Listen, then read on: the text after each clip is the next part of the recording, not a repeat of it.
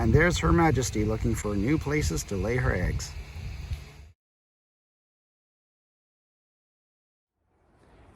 Hey YouTube guys and gals, today is hive inspection day. I'm taking a break from working on the van. I'll throw a link up there somewhere if you want to check it out. And I'm going to look inside the beehive. It's been 3 weeks since I've put them in there. I want to check to make sure that the queen is laying, that they have enough resources and stuff. I have lifted the back of the hive and there's a little bit of heft there, so I think they are actually getting some resources in, so nectar.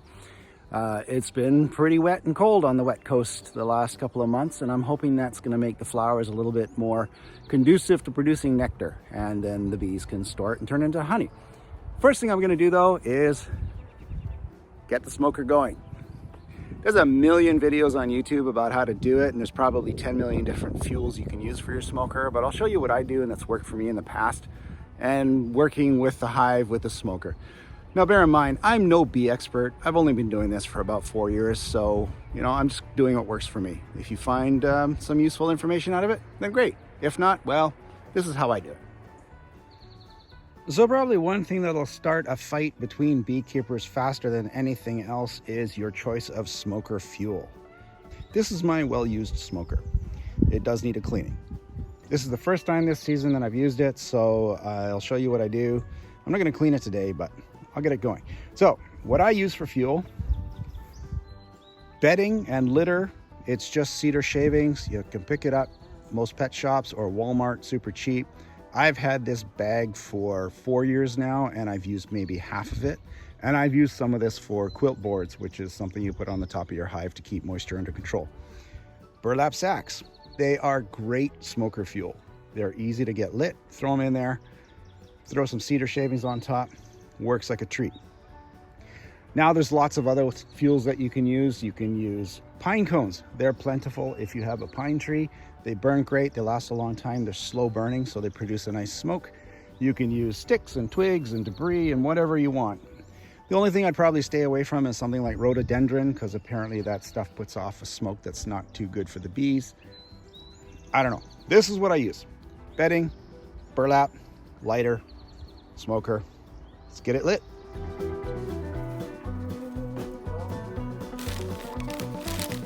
So yeah, handful of cedar chips. Throw them in the smoker. Damp them down a little bit.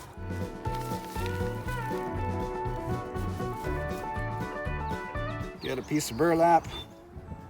Cut a new piece because I use that one to cork the end off. It's a bit windier than I like to do an inspection, but the weather's been not bad this morning. There's rain in the forecast, so I don't want to do an inspection when it's raining. Light the burlap. Let it get a good flame going.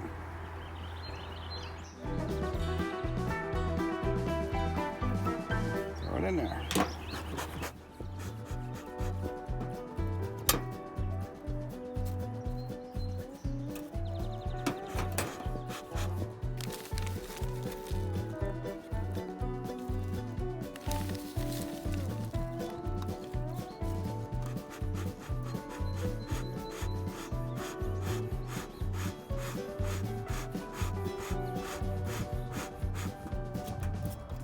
Get it nice and hot.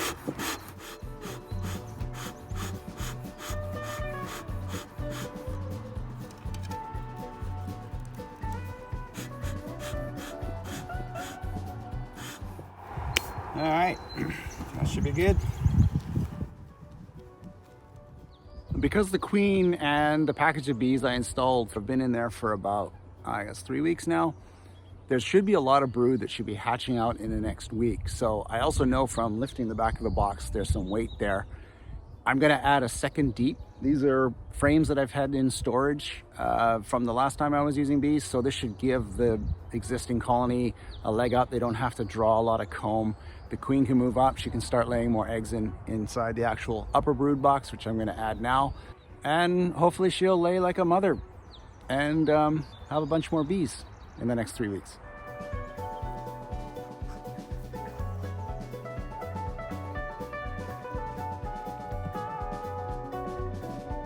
I do prefer to do an inspection without gloves.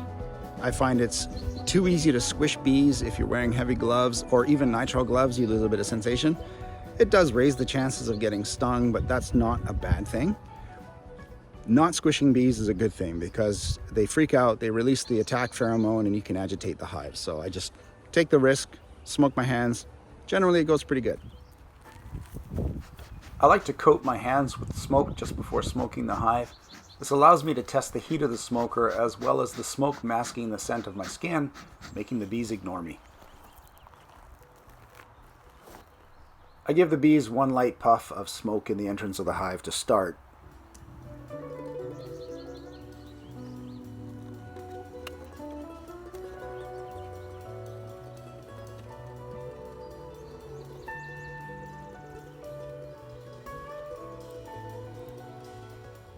Then I'll take off the top cover and give a light puff into the entrance on the inside cover.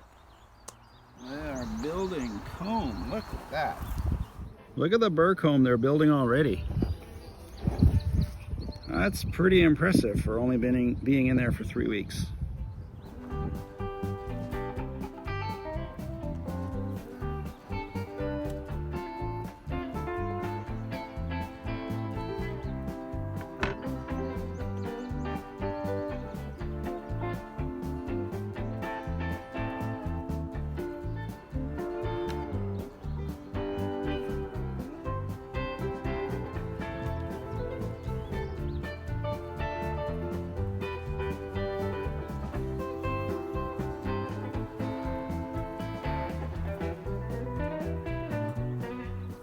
Yeah, it's pretty windy today, so I'm just going to drift the smoke over the top of the bees.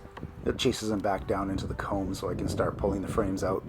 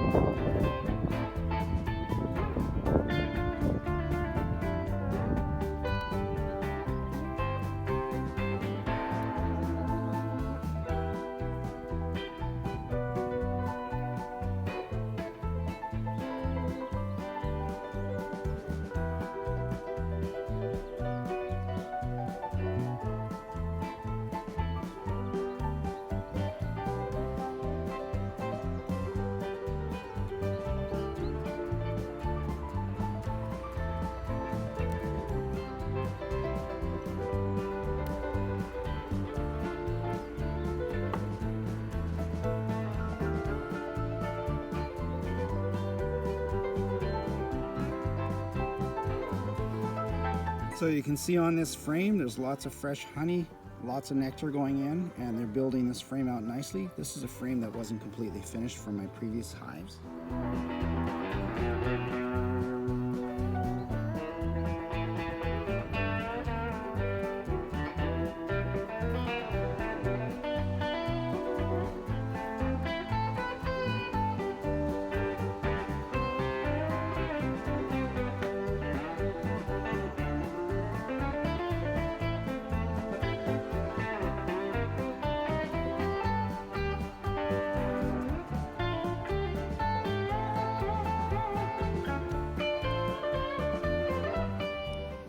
So you can see on this frame, there's some nice stores of honey, there's pollen, and there's capped brood and larva. As little as 7 days ago, the queen was laying eggs. There's also what looks like might be some queen cells. I'm kind of curious about that. And there's that burr comb that they're growing off the side. There was too much space in this frame between this one and the next one. So by now you might have noticed my slow and deliberate movements. There's nothing quite like 10,000 stinging insects close to your skin to keep you gentle and focused. I've learned it works out better for both the bees and me. I also like to keep the frames as vertical as possible. Bees evolve to walk on a vertical comb, not horizontal, and it also keeps the queen from dropping off the frame if she happens to be on the frame I just pulled out.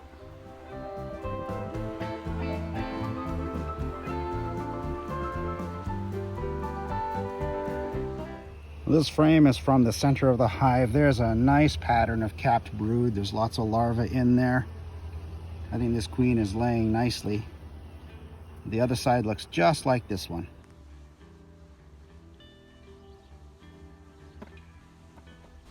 I tend to remove excess burr comb as I move through the hive. It's just easier that way. Gently pry it off. Try not to crush any of the ladies. Throw it off to the side and put the frame back in.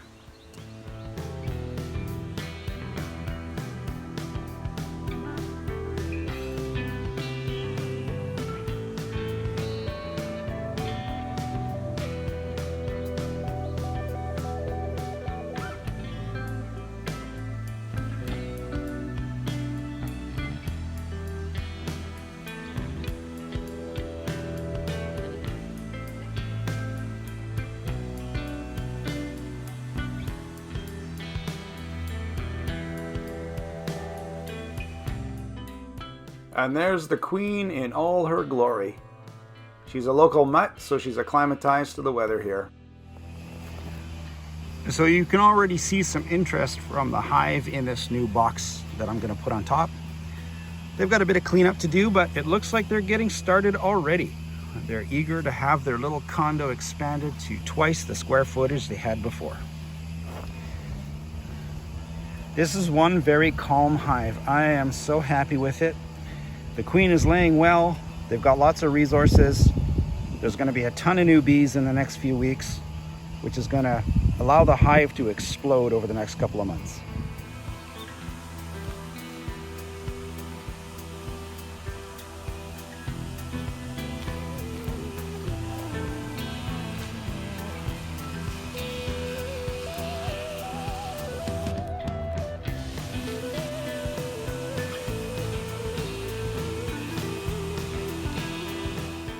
So that's done and done.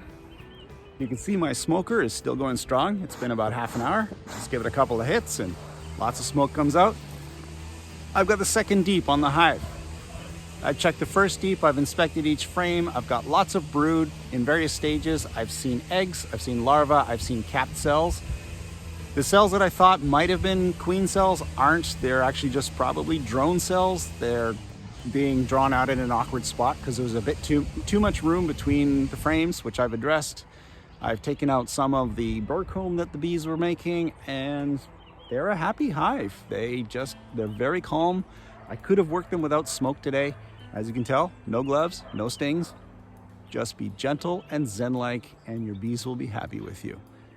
Like I said, I'm not a master beekeeper.